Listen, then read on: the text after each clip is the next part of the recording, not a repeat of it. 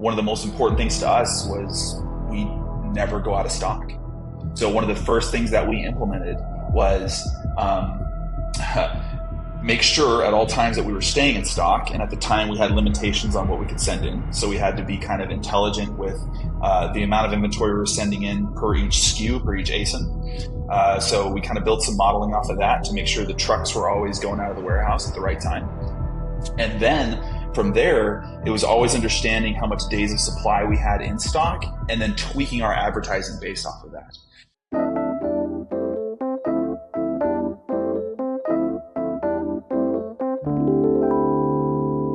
One, two, three. Hey, welcome to the Smartest Amazon Seller Podcast. I am your host, Scott Needham. I've been selling on Amazon for 11 years. And guess what? I keep forgetting more about Amazon every single day.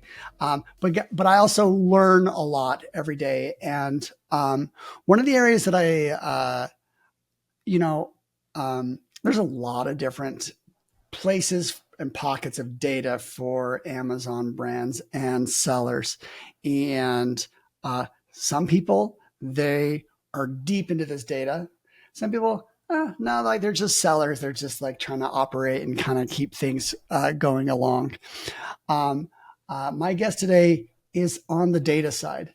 Has probably been lost in more, sessions of looking at data than most. I have with me one of the founders of Bispoke. He also was a co-sponsor for an event we did at Prosper this last March, where we had 75, no, it was actually more than that. It was like 100 people inside of a freezing cold bar called like -5. Well, that was a lot of fun, but I'm so excited to have Robert Rowe. Welcome to the podcast. Scott, thank you so much for having us, and thank you so much for allowing us to co-sponsor your event. It was very cold. It was a lot of fun. Yeah, it was a fun idea. It's kind of like one of those things you're like, I've never done this before. I'm going to go in. After about 20 minutes, you're like, okay, that was cool. What's next?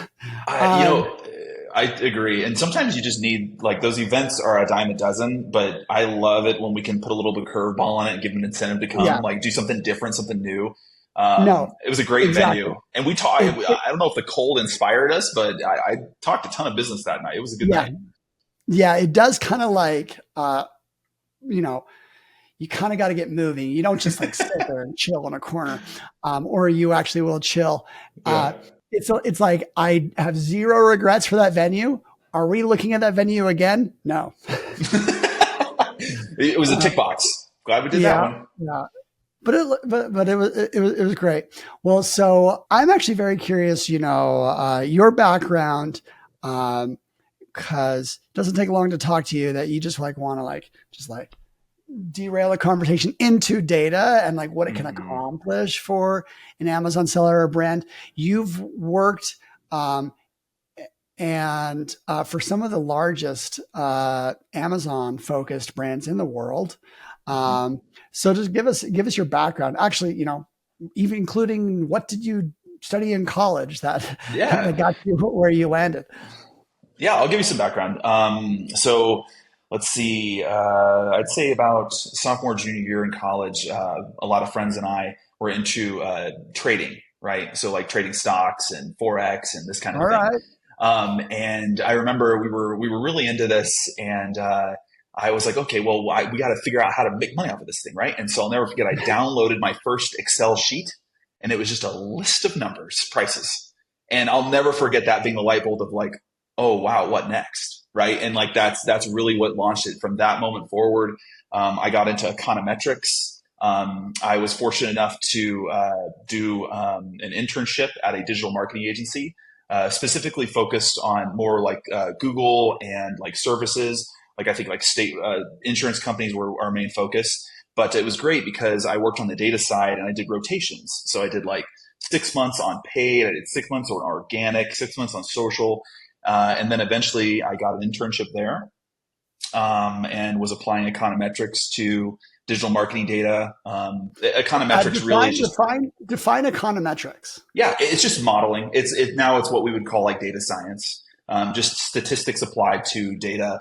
to determine different things. In this case, most of our clients were interested in offline performance compared to online marketing because they had like in-store conversions. What's Go ahead. funny, this doesn't sound too far away from like what happens in sports and gambling.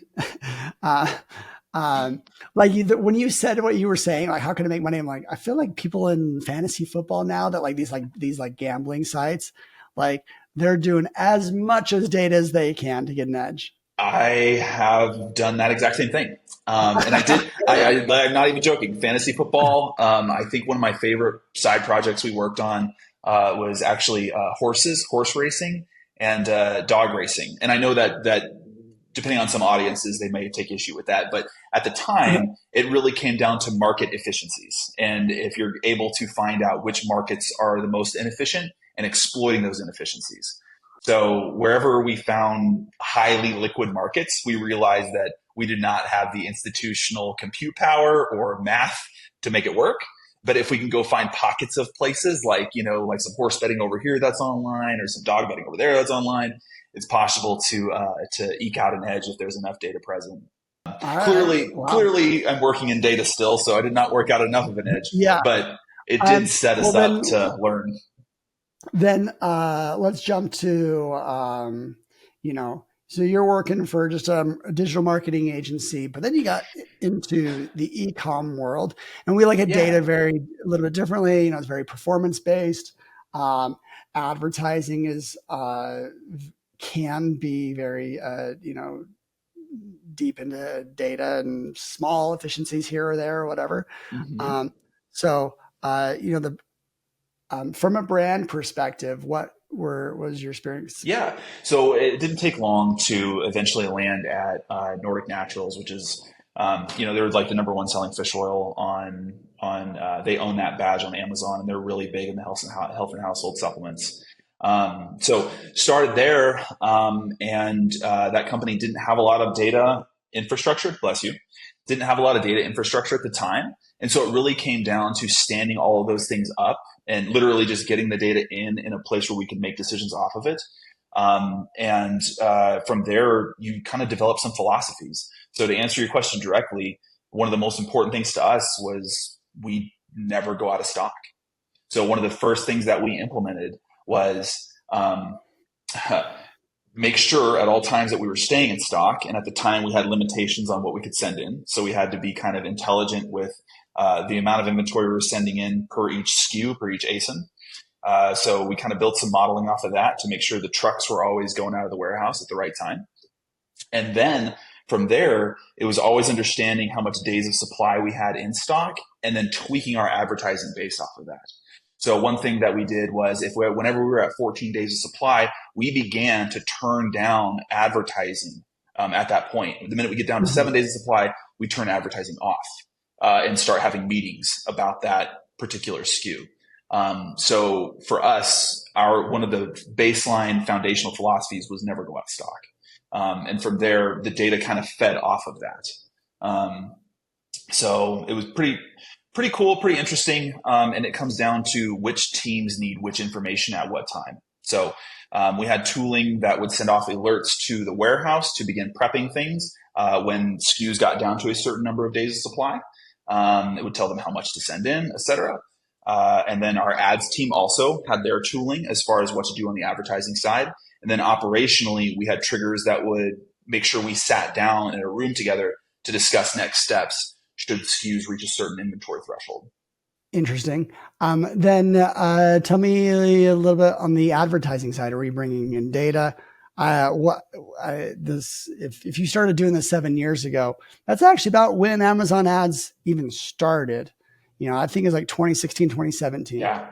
I was actually, I was the manager of our advertising at the time. So my title at the time was actually analytics and digital marketing manager. I was doing both. We did have an agency, so that was very, very helpful. But for me, it was about bringing in all of my data by ad type down to the campaign level. I really like to drill top down when it comes to my ads as a preference. And then at the time, we're still really enamored with ROAS, right? So, because remember, 7 years ago, ROAS was still really heavily on the scene. Our philosophy did end up changing a little bit towards lifetime value and customer acquisition as we went later on.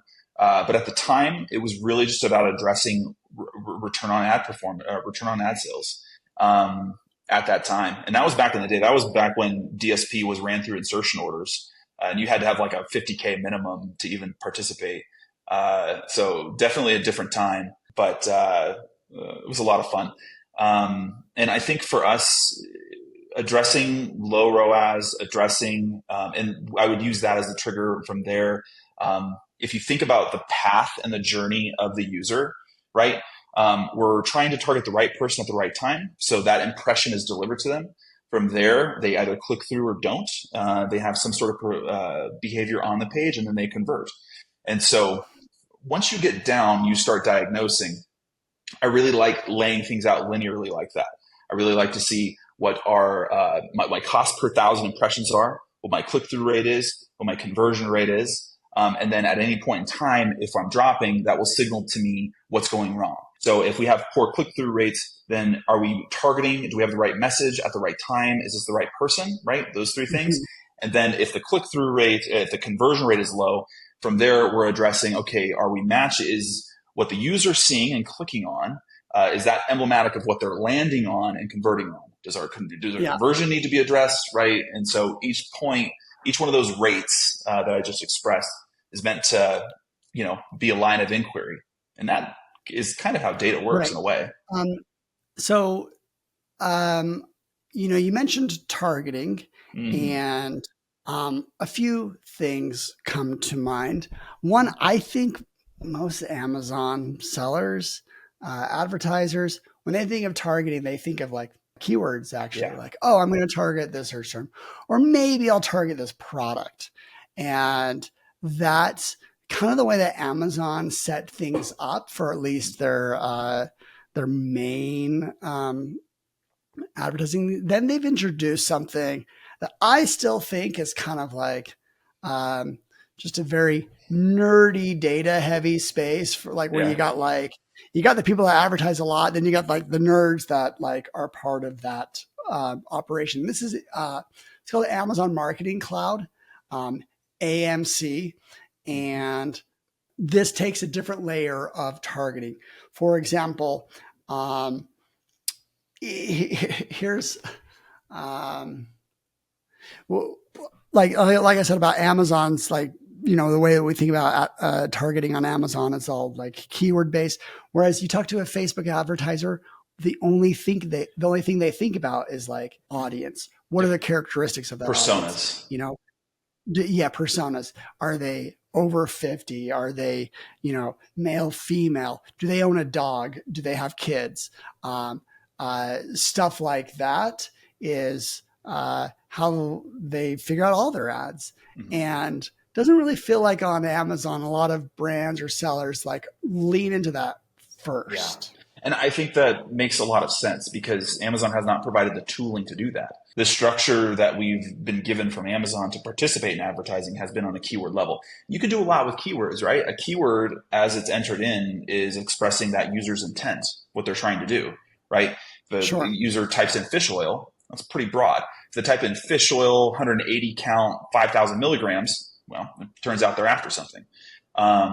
So AMC is near and dear to me. I was fortunate. I think when you work on some of the larger accounts, that's a sentence I have not heard. That's a sentence I have not heard anyone ever say. What? The AMC is near and dear? AMC is near and dear to me. What I'm saying is you're putting yourself out there as like the best kind of nerd. Oh, I know. And like, I like to, I mean, there's some really, really great experts out there, but, because I was at Nordic and because we're, a larger seller doing larger business with Amazon, we got experience to a lot of beta things. So I remember being a part of AMC back before it was really like a thing. Like they were still trying to test things out. I remember when the tables were named differently, and they actually flew out and came and trained me in person in a conference room. So I got to have kind of a unique experience with it, and I've been around it for a while. I remember my digital marketing experience. I did not, in my initial one, when I first got started, my foundation is not in Amazon.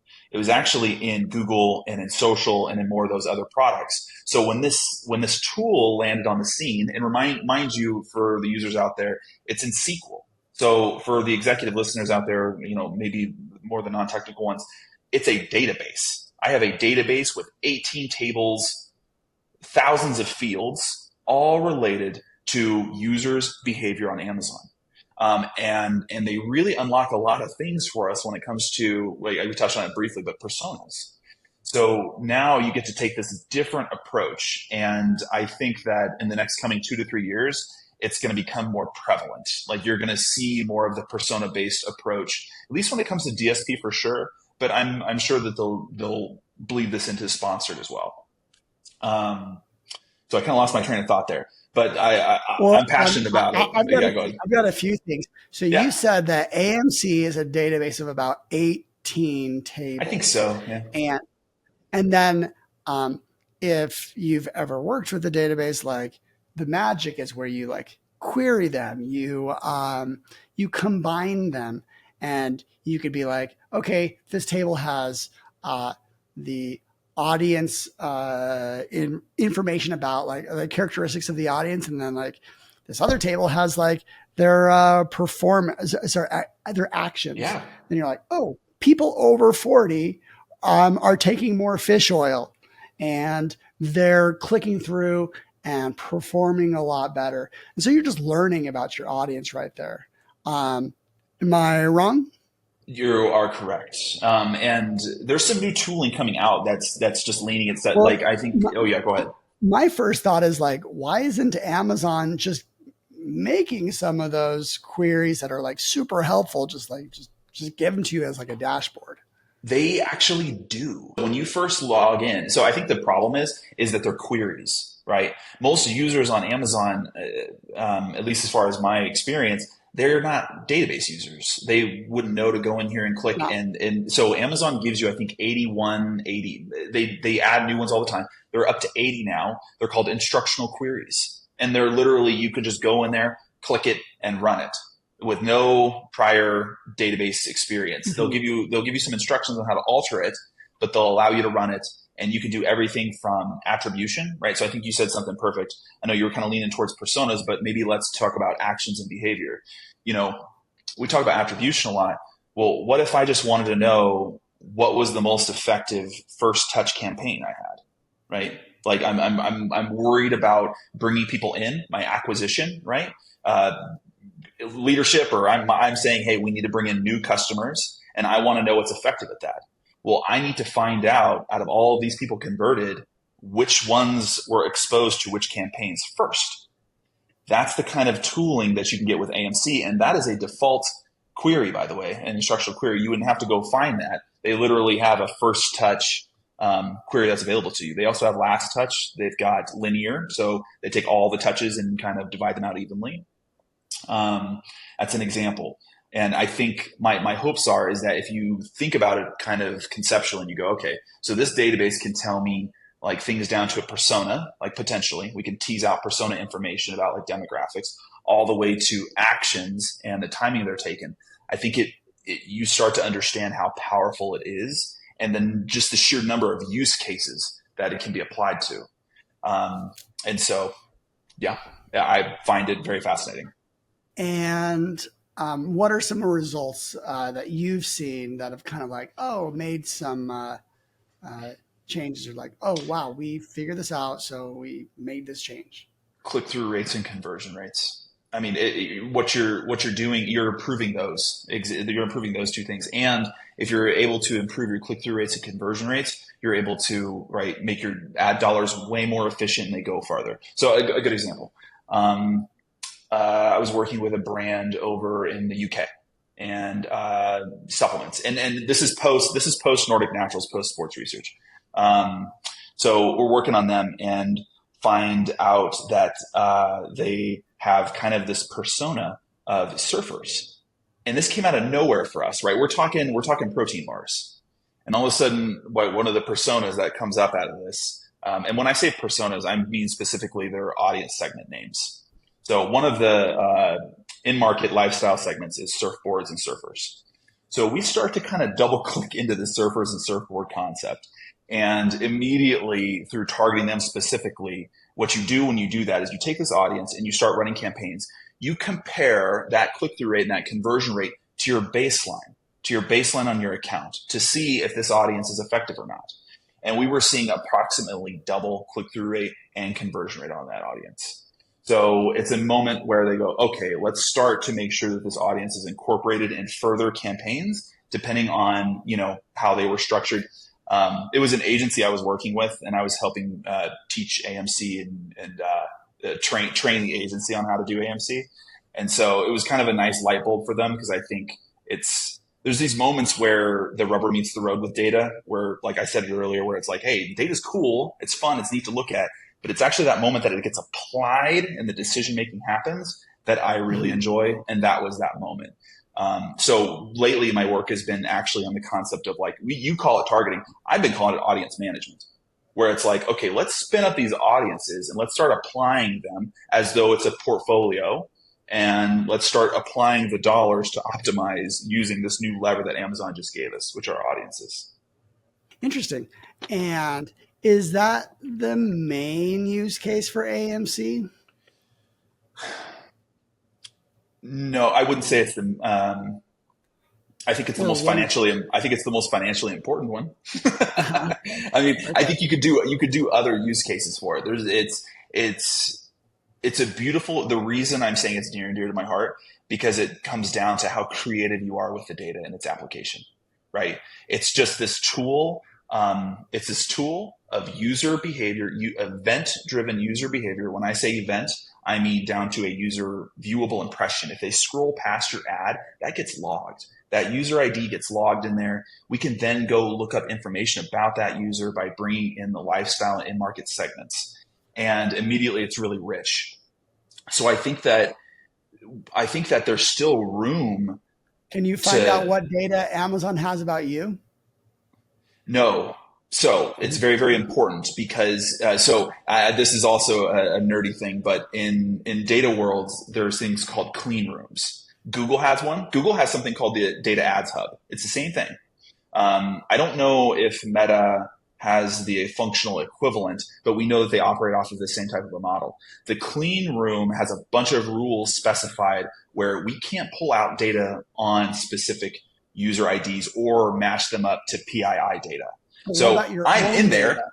Yeah, I'm in there. I'm in there as a user ID somewhere, but I'm aggregated away, and I'm at a point where nobody can come in and pull my PII. Yeah, that's interesting.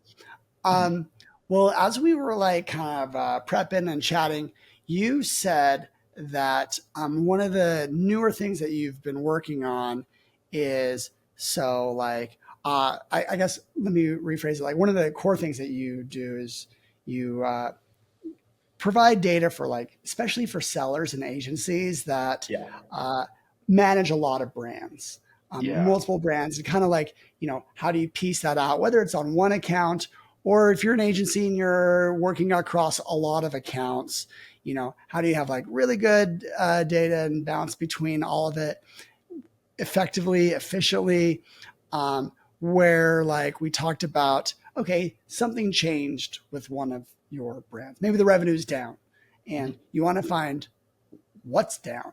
Is it an ASIN? Is it advertising or whatever? And so how do you find those causal things? And that's what you at Bispoke work on. But this new thing that you said, you're okay, something happened. How do we see the change that created that thing? Yeah. So I think that in order to, it's funny because when I think about our role, it's just extracting value from data however we can, right? One of the most valuable things that we can do with the data is help it determine what actions need to be taken.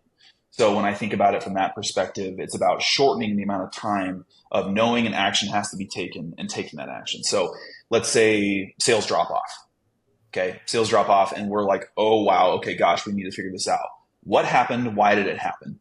One of the tools that we have kind of looks at the percent change. But then once that, to identify what happened, you then immediately go back and say, okay, well, what happened to each individual product for that day? We know sales dipped. Where did they dip? Okay, this product dipped. All right, what was the inventory position as the dip happened? What was the advertising exposure as the dip happened? What was our buy box percent? Like, what was buy box? What was the listing status?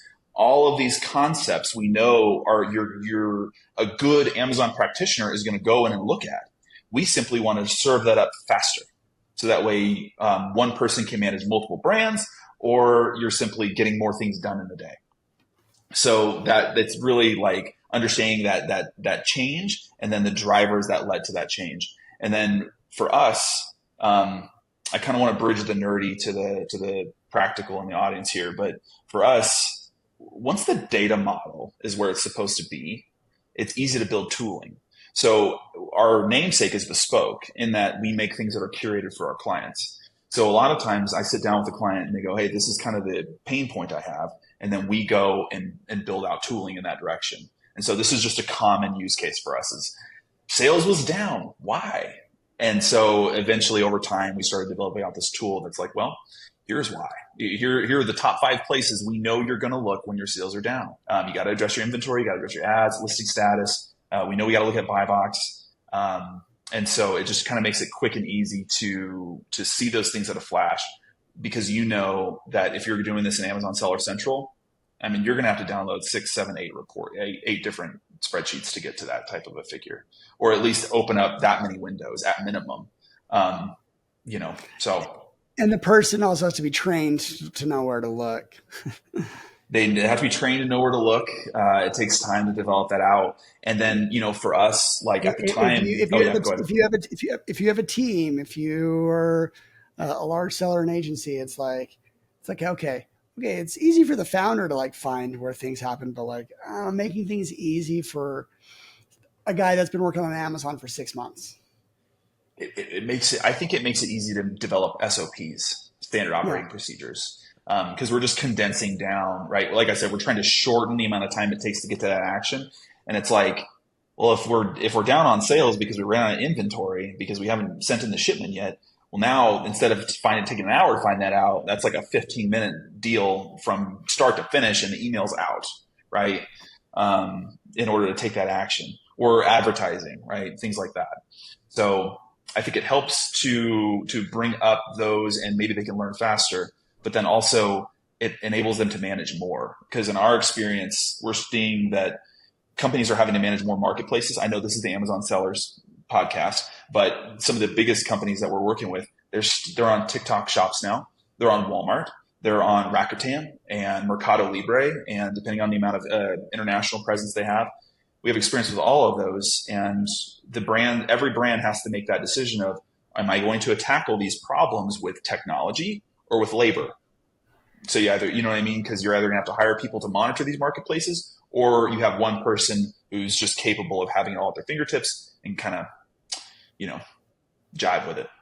Yeah, no, totally. I mean, we've all seen, this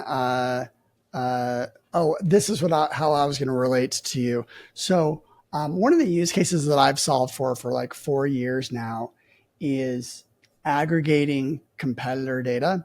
So SmartScout, one of the use cases is like, hey, have you ever like done a search and then just like wanted to add the revenue from every single product on that page? And I've talked to dozens of people. They're like, oh yeah, I'll hire my VA. I tell them once a week, look at this brand and then just add like, whatever the tool they're using says, and just add it all together and just kind of create a market. And, anyone can continue to do that constantly. Like it's not hard to do, but it is a manual process. And in a similar way, like that's what, you're doing. Like a lot of people can do the stuff manually. You could find, after looking at the business reports on Amazon, I see like, this is the ASIN. This is the one that's down, but what you don't have there is maybe some of the other causal information of like, buy box percent went down. Advertising just went to 0 for some dumb reason. Or even the reverse, like, hey, we grew 20%, 50%. What happened? So if finding that causal. You can spend a few hours and figure that out, most likely. But the benefit is like, I could just, I could just aggregate all that for you and just have it done. And so that's in a similar vein. Like I talk to people like, hey, if you've ever done that, like you don't actually have to do that anymore. I used to have something similar, and I loved using SmartScout stuff. We've used it at pretty much every company we've been at, but so very, very helpful, especially for us when it comes to market share. Knowing exactly kind of where you stand in the marketplace is extremely helpful, especially if you're being competitive on those badges. For us, getting badges was really important. Like when we were in sports research, we had like 19 bestseller badges, and then Nordic had a handful as well. Owning those is just so important, and knowing where we stand in relation to that, very helpful. Especially when you're trying to explain. Is there a conversion lift to having those badges? Yeah. Yes. Yeah. I mean, so what I've noticed in working with your data as well as owning those number one positions, it's almost like a power graph. It's an exponential. So that first leader position ends up being drastically different than number two and number three. And it's just because you own the top organic spot at all times. At like 98% of the time, when somebody searches fish oil, I'm showing up at number one, number two, and I didn't even have to pay for that. Yeah. I've always said that like success on Amazon is exponential. It's like, when you're finally doing really well, that like, oh, there's millions of customers with credit cards like ready. It just like takes off. And I hope everyone actually gets to experience that at some point in their career, to watch something that actually take off. Is it easy to keep? No. But like, that's like what's there. It's definitely not easy to keep. It gets competitive. And then, it's funny because I just mentioned you don't even have to pay for that spot. Well, you have to protect your brand at that point in time. You have to invest in ads at all times because Amazon's very much pay to play, even if you own that top spot. And then what's even more painful, I hate to say it, but is, I think you said it perfectly, what happens if we have a 20% increase? Well, if you have a massive increase and you go out of stock, that's violating our number one philosophy that we had when we were running accounts. Because Amazon prioritizes that sales velocity so heavily that badge will go very quickly. It's almost like the intensity is ramped up just as well. So, but Scott, it is exponential between 1 and 2, and 2 and 3, etc. It follows that type of a graph. It's very interesting. Yeah. Well, tell me. So you've been doing Bispoke. That's bispoke.io. You've been doing this for, I think on your own for close to a year. And obviously you're bringing a lot of data. You're bringing in, is this like every Amazon endpoint? We're talking the SP API and advertising and AMC and DSP or whatever. Yeah. And collecting that together and then splitting it out based off of brands? Actually, it totally depends. So for like agency clients, it's easy because usually the sellers they have their own accounts. So in that sense, the dimensionality is at the account level. But it will really, really custom. So when we run into a seller that has multiple brands that they're selling on, we break out things. Usually they'll tell us what they like to be broken out at, but either the SKU or the ASIN level. And then we can kind of customize that on our end. Really, it's about being flexible in the dimensionality. And when I say dimensionality, are these 2 accounts the same company? Or are these 4 ASINs inside this account a company? Like, how do we define that as a group? And then once we define that, that's reflected in all of our data that customer then receives. So, that's super helpful. That's very interesting. Mm-hmm. Have you learned a lot this last year? A ton. I'm not saying dramatically like that. No, honestly, I've loved it. And we've been around for 3 years. We've been full time now for a year. Okay. I get a lot of joy out of happy clients. So I think for some of our clients, they're all experiencing kind of these same problems, and they're trying to find expertise, and they're trying to find the right tool. And they'll find a tool that works for their ads team, but it doesn't work for their finance team, or their finance team still needs something, or their inventory team isn't getting what they need, or the tool's just not quite there. And that's where we kind of come in and we meet with each team and go, okay, hey, what do you need? Because I already have all the data. Now I want to make sure I'm bringing it in a way that's functional for you. And like I said at the beginning of this meeting, I love data. That's the thing. The part that I really enjoy is the moment the data becomes actionable and valuable, right? The moment the value is extracted, the decision making happens. Well, if you're at that phase where, you're interested in AMC, Amazon's Marketing Cloud, and you want to talk to someone for whom it is near and dear, Robert's your guy. And how can people get a hold of you? So they can email me at robert@bispoke.io. Right. They can also go to our website, bispoke.io. We have a bunch of contact forms. I think definitely on the AMC side too. If you're using it or you're interested and curious about it, we have different levels that we can get started at, including just a service level where we'll just step in. You don't even need to worry about dashboards and technology. Maybe we just could start off making a couple of audiences and seeing if they work for you. And it's a beautiful way of just, I believe in incremental value. So it's like, let's just step in, make it valuable. Well, you've given some incremental value today just by jumping on the podcast. Thank you, Robert, for coming on, just having a conversation. And I always like hearing from people that have worked with some of like the largest, brands out there, the number one fish oil in the world. That's a reminder. I have some, I think. I just don't take it every day. Well, thanks for coming on the pod. And, if you guys want this conversation to continue on, reach out to Robert, and you'll probably just keep learning. Scott, thank you so much for having us. All right, well, we'll wrap up there. Thanks, everyone, and we'll catch you on the next one. 1, 2, 3.